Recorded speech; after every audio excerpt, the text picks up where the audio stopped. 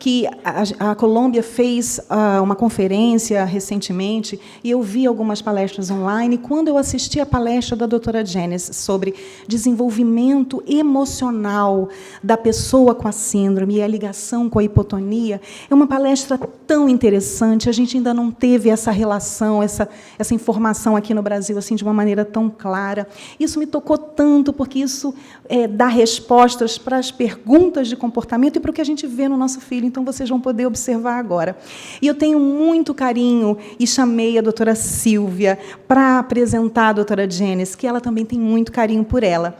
E a doutora Sílvia Regina, ela é médica psiquiatra com doutorado em epidemiologia pelo Instituto de Medicina Social da UERJ, coordenadora do ambulatório de síndrome de Prader-Willi e de transtornos alimentares do IED, que é o Instituto Estadual de Diabetes e Endocrinologia aqui do Rio de Janeiro. Então, ela que vai fazer as boas-vindas e chamar a doutora Janice ao palco.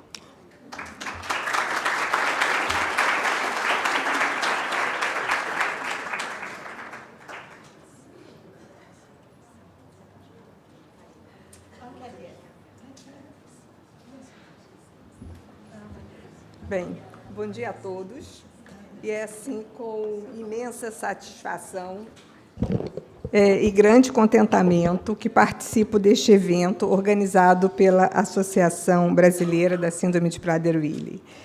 O primeiro motivo para tamanha emoção é porque eu vi essa associação nascer e crescer dentro do Instituto Estadual de Diabetes e Endocrinologia, onde iniciamos o ambulatório para atendimento das crianças, dos adolescentes e dos adultos com a síndrome em 2013, aproveitando que eu tinha já um ambulatório que atendia pacientes com transtornos alimentares, anorexia nervosa, bulimia nervosa. Então, a minha equipe multidisciplinar começou a atender esses pacientes e agregamos a pediatria com a doutora Latife. E eu acho que nós temos uma situação muito especial no IED, que é a possibilidade de acompanhar essa criança, o que a gente não vê nos outros centros, desde pequenininha. Hoje em dia, a gente faz diagnóstico, né, Latife, de bebês, e que ficam no ambulatório da endocrinopediatria, e, depois da puberdade, eles passam para o nosso ambulatório. Então, isso é algo muito especial, né, que a gente consegue acompanhar da infância dos recém-nascidos até a idade adulta. Aqui a gente tem a doutora Cristiane, que é endócrino, a doutora Raquel não pôde vir, que começa a atender os adolescentes e adultos. Então, para mim, ver essa associação hoje em dia, botei aqui, voando, né, com as suas próprias asas, me faz extremamente feliz. Trazendo convidados tão expressivos, isso tudo me deixa com o coração em festa. E quero, então, parabenizar a atual diretoria pelo trabalho que desempenham, sem nos esquecermos de todos os que antecederam, né, e que também muito contribuíram para que esse lindo evento de hoje se tornasse realidade. Não podemos esquecer nunca do passado, né? Ele nos faz o que somos hoje. O outro motivo de tamanha alegria é termos a presença da doutora Janice Forster, que tive o prazer de conhecer no evento da Associação Internacional em Cuba, em 2019.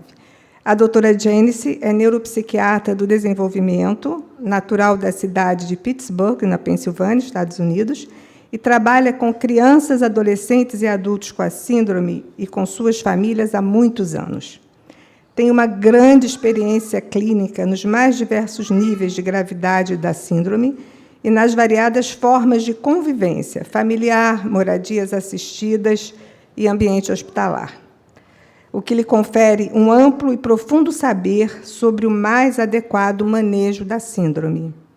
A doutora Janice também tem participado de pesquisas nas áreas de fenomenologia do desenvolvimento na síndrome, eficácia de intervenções para a redução do estresse em pais de adolescentes com a síndrome e ainda em farmacogenômica, que é uma ciência que estuda a interação entre genes e medicamentos. Então, com essas pesquisas, a gente pode saber, por exemplo, o perfil de metabolização do paciente para um determinado fármaco, e assim indicar, né, a dose e o melhor medicamento para cada paciente, bem como o perfil esperado da resposta ao tratamento. Junto com a doutora Linda Goresch, fundou o Pittsburgh Partnership, estabelecido há mais de 20 anos, para consulta clínica e educação para profissionais, famílias e prestadores de cuidados.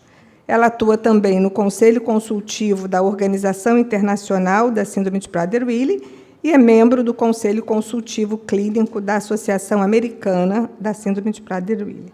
Convido, então, a doutora Janice Forster para apresentar esse tema, o impacto da hipotonia no desenvolvimento emocional das pessoas com a síndrome. Por favor, doutora.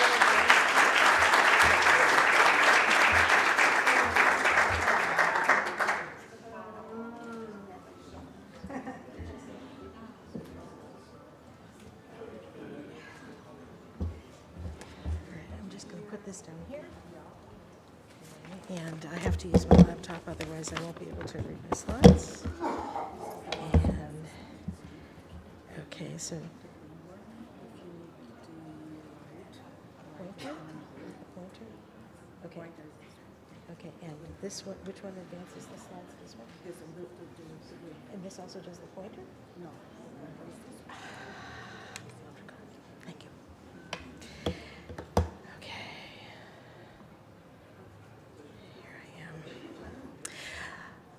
First, I would like to say how honored and privileged I am to be here at this first conference for your SPW association.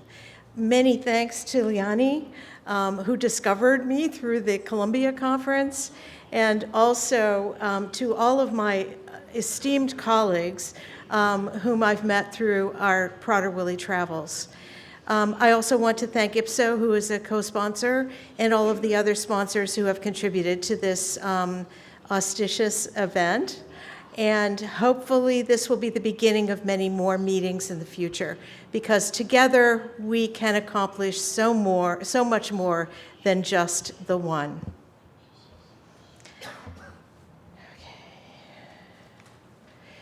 So the objectives for today's conference, oh my goodness, hang on a minute.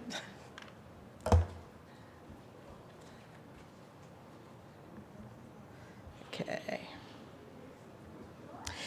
I want to define what hypotonia is and to identify its role in the diagnosis of Prader-Willi.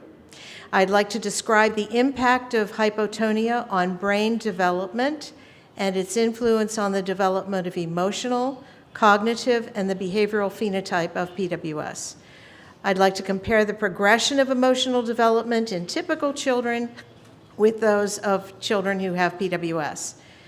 I'd like to help you understand that children with PWS do not outgrow their emotional immaturity, and would like to learn about the brain mechanisms responsible for expression of emotional salience, and also to discuss possible treatment interventions.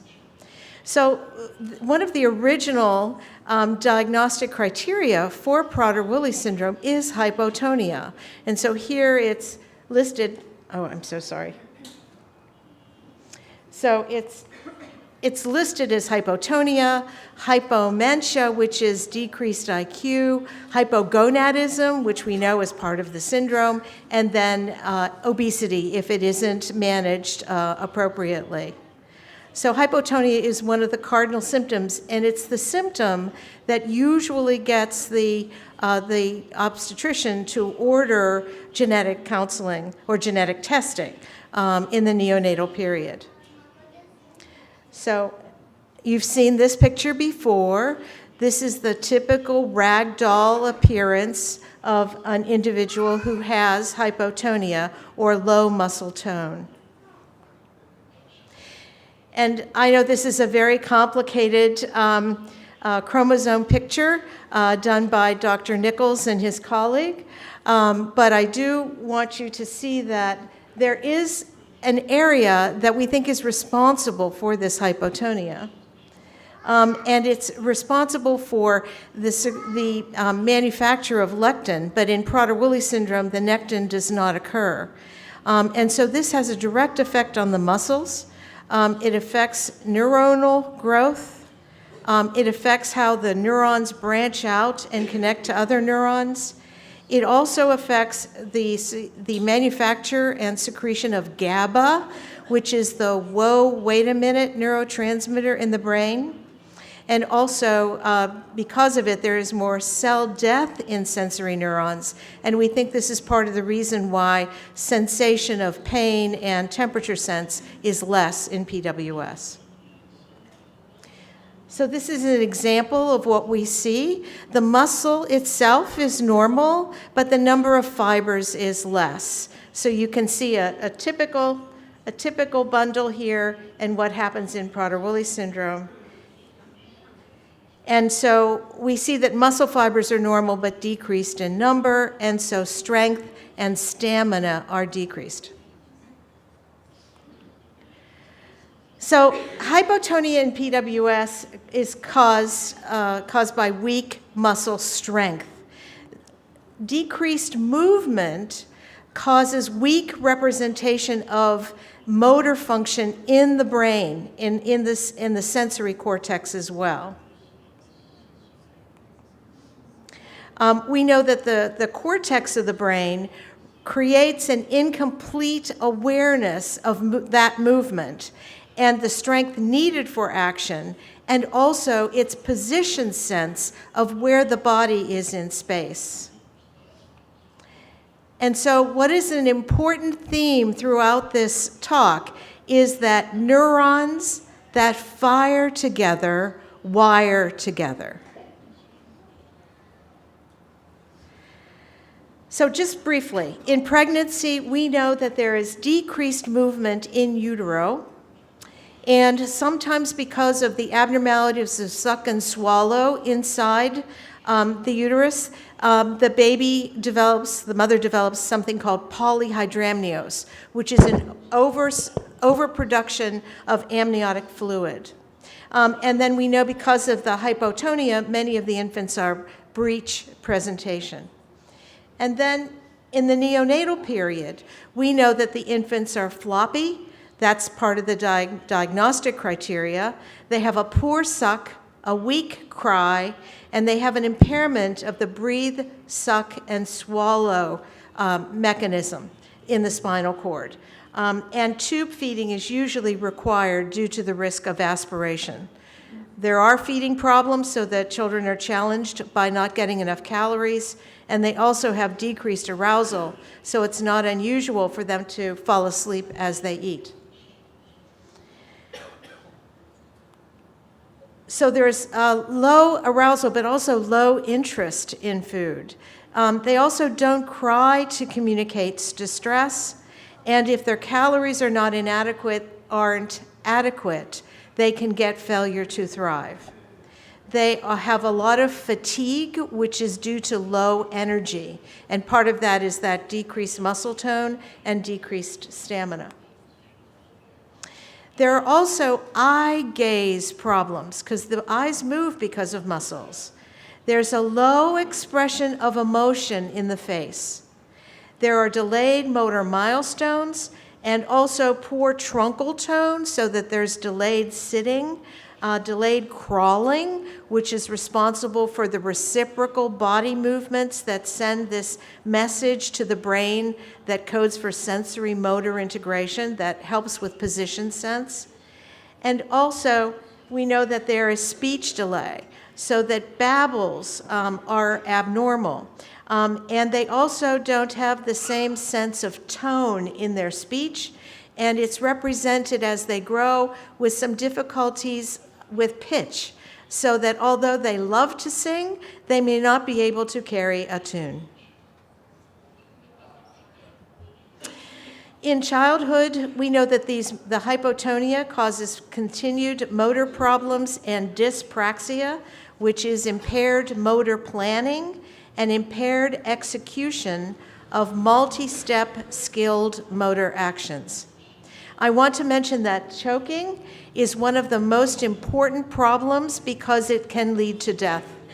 At our institute, at the Children's Institute, there was a speech pathologist with an expertise in swallowing, and she looked at 100 patients with Prader-Willi syndrome from preschool all the way up to adult years.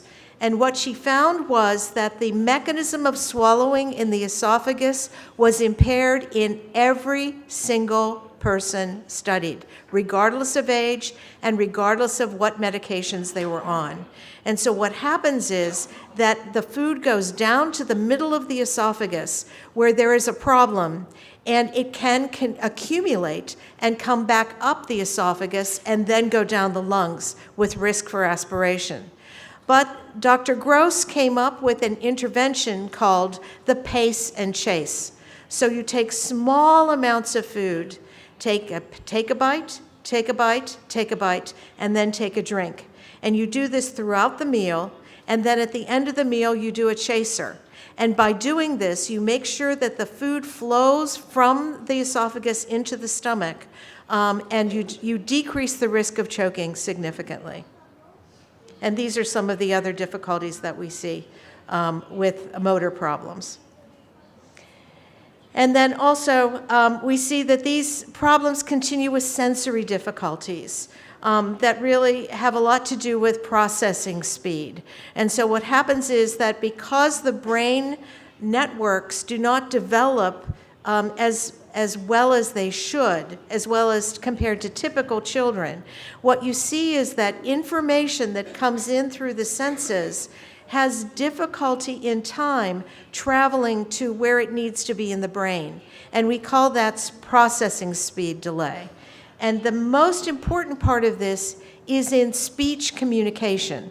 And so what happens is that people will talk to your child, or you will talk to your child, but it takes a while for that information to get to where it needs to be in the brain. And so you or the teacher or a peer will think that the child is ignoring you, or is the child is being oppositional and not responding. But in reality, they just have not gotten the message. And then the same thing happens when they are asked to formulate a response, because the same processing delay is true with respect to executing an action or a response. So again, all of these other sensory things are part of this hypotonia picture. Okay, so hypotonia creates a lack of sensory experience, and this results in sensory deprivation. And it's something that I call the other hunger in Prader-Willi syndrome, which is sensory hunger. And then there is compensation. And this process starts at birth and goes all the way through their lives. These problems never go away. I wish today I could talk more about sensory hunger, but I'm going to be focusing more on what happens when you have a loss of skill building in critical periods in development. And then what happens is you end up with a sustained loss of function. And that's what we see in Prader-Willi syndrome. Okay, now I just want to say I'm going to make a segue here. So I'm going to talk about normal child development. So how many people, in addition to your child who has Prader-Willi syndrome, also have children who are typical? I would imagine almost everyone. Okay, so what I'm going to be doing is I'm talking about what happens in typical childhood development.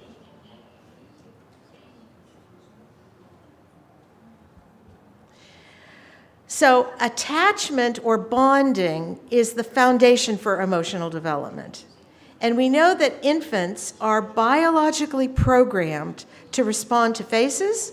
They're conditioned to the voices of their parents even before they are born, and they engage in a special interaction with the mother that starts at birth. This attachment process is enhanced by oxytocin. We heard about that hormone, which flows from the mother to the infant during the birth process, and then it's produced in the typical infant during suckling. Also, it is stimulated by social interaction with the infant, touch, warmth, and massage. The reciprocal interaction between the mother and the infant is part of this attachment process. The infant cries and the mother responds. The infant gets a feeding and derives some oral sensory stimulation, body contact, and energy intake that are reinforcing for the infant and also for the mother. The feeding posture that is used creates an ideal distance for the child and the mother to engage eye contact during the feeding experience. When the mother responds to the infant's cries and demands for eating, sleeping, and soothing or comforting, it establishes the infant's biological rhythms. The infant's smile, especially in response to the mother's appearance, elicits a mirrored emotional response that sustains the interaction.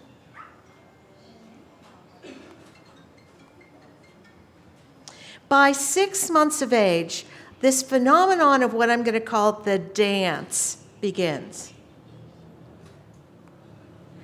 When the mother speaks, the infant stops moving its head and extremities and attends to the mother's face and voice. When the mother stops talking, the infant resumes movement. Eventually, this motor dance is replaced by reciprocal vocalizations between the infant and the mother. And this dance forms the building blocks for developing pragmatic language. And pragmatic language is the social intent of communication. So emotional development in typical children has several key phenomena that occur. Motor movement is essential for all of them. So motor movement is essential for healthy brain development. You get this rich arborization of a neural network. So the first is social referencing. Infants crawl and creep away from the mother. They turn and they look back at her. And then the mother's emotional response either facilitates or impedes the infant's exploration. The second is that the exploration of the environment is essential for spatial mapping in the brain, like a GPS. Still there. Spatial referencing, the infant creeps away from the mother and looks back to see her, which is where the infant was. So the infant has this experience of where they were and where they are, and they can look back and see the mother. It's essential skill for developing psychological point of view. And then finally, motor movement and exploration is really important in developing an understanding of intention and prediction of actions in a given context. And this is what we call theory of mind. It's to understand what other people may think and feel that is different from what you think and feel, and also to imagine how another person thinks and feels. This is the basis for empathy. So I just want to bring your attention, I've been talking about the mother in this interaction with the infant, but it's not necessarily just the mom, it can be the dad too. So this is a dad with an infant with Prader-Willi syndrome, and he has learned how to feed this infant quite competently. What he does is he takes his little finger and sticks it in her mouth to stimulate her oral cavity to get ready for the delivery of a bolus of food, which is delivered by a syringe. And notice her posture. So the posture would be to allow the formula to go from her oral cavity down the esophagus and into her stomach. And so he's done this really competently. And also he's keeping the infant engaged, which can be a challenge because he's looking at her and she's looking back. So, failure to cry, suckle, and feed is typical in Prader-Willi syndrome. In fact, it's often that while the child is feeding, the child will fall asleep, and you have to wake them up. And there's also insufficient oxytocin because although the infant may get some of mother's oxytocin at the time of birth, the infant is not able to manufacture their own. And there are deficiencies in oxytocin receptors, which make this more problematic. The infant has difficulty engaging eye contact and also eye tracking. There's a restricted facial expression in the infant that interferes with smiling, this reciprocal smiling and imitation. The infant has diminished vocalization and tonal modulation because they really have difficulty supporting their breathing. And so if you can't breathe competently, you can't vocalize adequately. The infant's rhythms are scheduled and not on demand. And I think we talked a bit about G-tubes, and I think that G-tubes even make this worse because there's no kind of rhythm that's established with the infant through a G-tube feeding, and so it could contribute to even more difficulties. And then there's minimal reciprocal interaction with the mother, and this is no dance. So, I'm so sorry.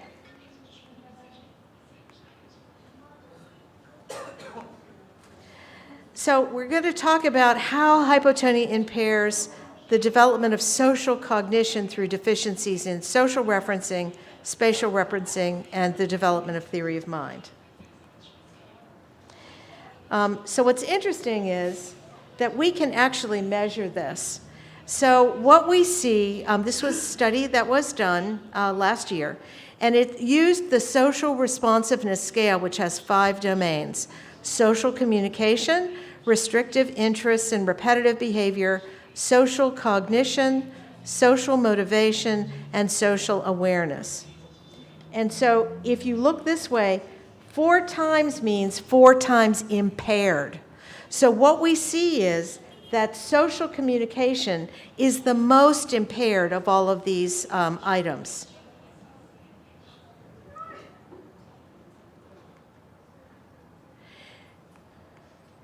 So this study was looking at reading emotion in facial expression. And this was done by Dr. Holland and Whittington. And so they looked at the emotions of happy, sad, angry, and scared. And so they found that the emotion of happy was most likely to be perceived by the child, but sadness was about half as much, and then angry and scared were less likely to be understood by the child. So deficits in social cognition are related to diminished spatial referencing, which is point of view, and also developments in deficits in development of theory of mind. And so this emerges by age 4 years, and it's the person's ability to perceive themselves as different from another through thinking, emotional experience, and empathy. And then later in development, it's responsible for suggestibility, what we call the placebo effect. So if you do, I think I've lost my microphone. Can people hear me? Okay. If you look at studies that look at drug studies, for example, and you're looking at a drug, they will do a placebo phase, which is like a non-drug, but it's like a pill. And so what we see in Prader-Willi syndrome is, and other developmental disabilities, it's not just PWS, but what we have found is that the placebo response is so significant that sometimes it's difficult to tell what the correct effect of the medication is. And it's also about somatic complaints. Those are complaints that come from the body. So if you go to see if the child goes to see the doctor, you don't want for the doctor to do a checklist, because if the doctor says, "Do you have a headache?" Yes. "Do you have a stomach ache?" Yes. "Do you have a problem with your back?" Yes. And so this is called suggestibility. And then it can also apply to other things too, which we'll talk about a little later. And then the other is magical thinking, which is linked to obsessional behavior. And of course, we know that our guys have something that looks like obsessions. Okay, so I'm going to talk about another study that was done looking at theory of mind in Prader-Willi syndrome. And this had 66 children aged 7 to 17, and then 39 of them were aged 7 to 12, and it was matched compared to typical children. So age-matched children with Prader-Willi syndrome, okay, so these are the kids with PWS, had a median score of 5 years. Okay, this is a group of 7 to 12-year-olds. So they had between 4 and 6 years as their value. So they had an average delay of 4 years compared to typicals. And that delay increased as the children got older. So when you looked at the kids who were 17, it was more than 4 years. So they are delayed, and that delay there's no catch-up. That delay continues. And we saw that there was no difference in the deletion in UPD.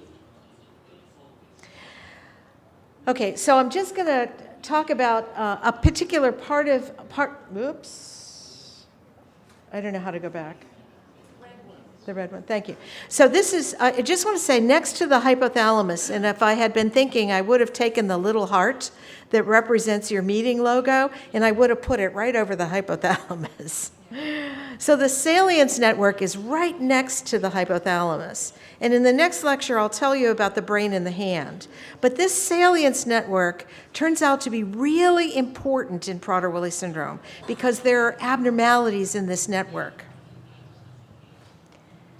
Okay, so I'm going to define it. So the salience is the value that the brain assigns to perceptual input based on learning and experience.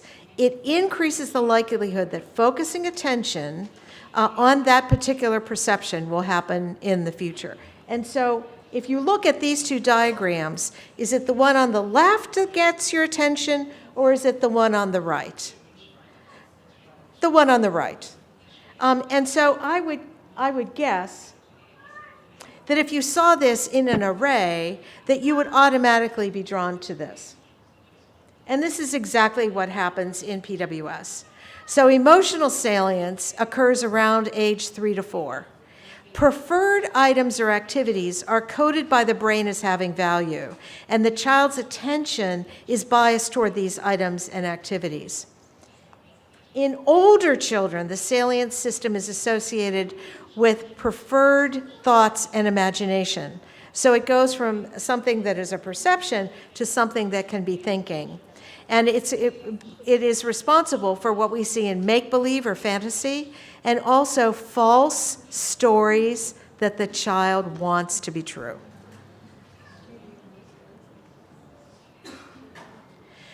Okay, so I'll just go through, I'll put this all here. So emotional salience results from an automatic process in the brain. It results in a perception being registered as preferred and valued. The experience is remembered by the brain as emotionally salient, and subsequently, in any other context, that attention will be directed to that particular perception or event. In real time, this means that the child's attention is directed towards something preferred and valued. It may look like a refusal or task persistence or a perseverative behavior, but this failure at task switching will lead to a tantrum because it's pulling the child away from something that they highly value. And so here it is again. Neurons that fire together wire together. So as the typical child matures, they learn to use thinking and problem solving to control task switching. But this process is delayed in Prader-Willi syndrome, and in honesty, may never develop the way it does in typical individuals. And so this is the reason why all of these immature behaviors persist throughout adulthood in PWS.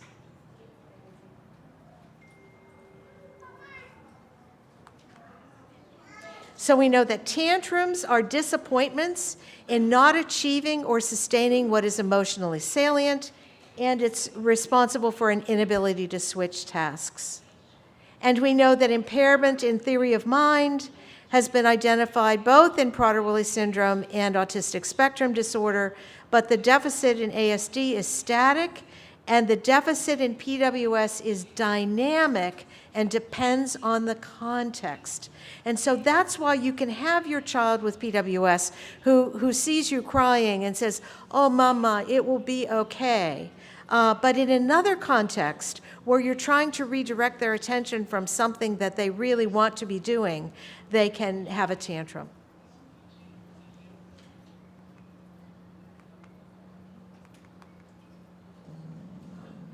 So sorry.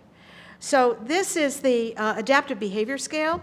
And so this is looking at mean age equivalents for these adaptive behavior domains, which are comprehension, this is language comprehension, daily living skills, and socialization. And what I want to bring your attention to is that these are 3 age groups, 13 to 19, 20 to 29, and 30 to 46. And what we see is that there is very minimal change across time. As hard as that is to believe, this is what the data shows.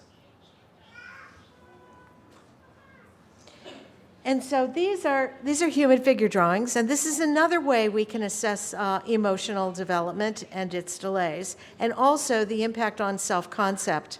And so you can see going from left to right that the one on the left is a very simple way of defining a face, but it becomes much more complicated in looking at human figures.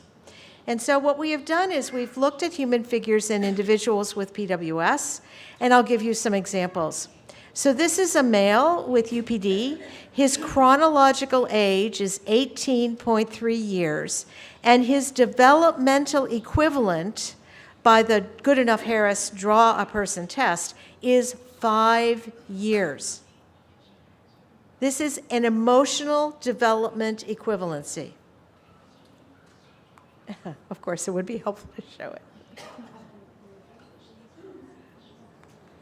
Okay, this is the second one. This is a female with UPD.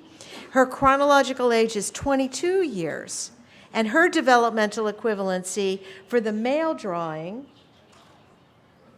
is 4.5 years, and for the female drawing, it's 5 years. This is a male with deletion, chronological age 40 years, developmental equivalency for the male, for the female, is 6, and for the male, it's 5.6 years. So you can see the emotional developmental delay. Okay, so what is the impact of this emotional development delay on relationships? Well, empathy is conditional and based on the emotional salience of the situation. Egocentrism is present always.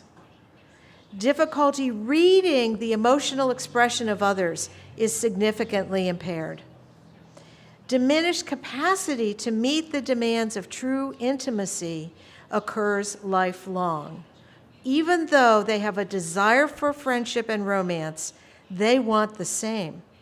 And interpersonal conflicts that arise are persistent.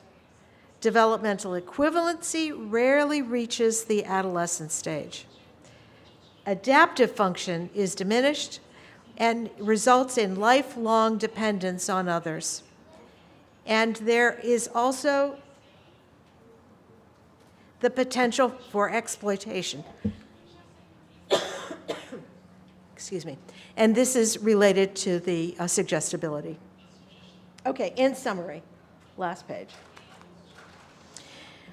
Hypotonia is the key diagnostic feature of PWS apparent at birth, and it lasts lifelong. Emotional development is delayed in PWS. It is genetically determined and phenotypically expressed. It is delayed because of an automatic learning process that is located deep in the brain that is not amenable to education or training. It may respond to neuronal modulation by vagal nerve stimulators, oxytocin in infancy, what Dr. Talbert has done in France, medications, maybe, we haven't found any yet, and possible specialized therapies. So stress sensitivity and adaptive behavior deficits require special care lifelong. Obrigado.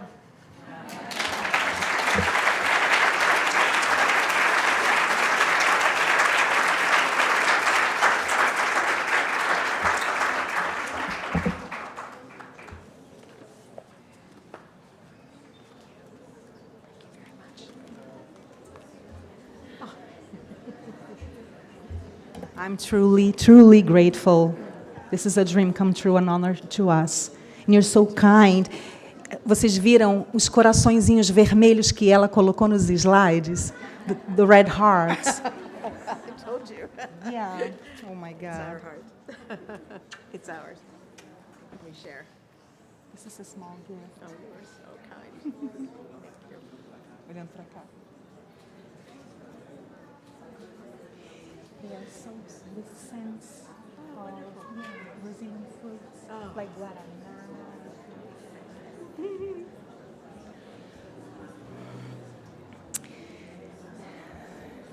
E agora é com muita alegria que eu chamo ao palco a Patrice Carroll, que vai nos falar sobre abraçando a sua jornada, amando a vida que você tem, e é o que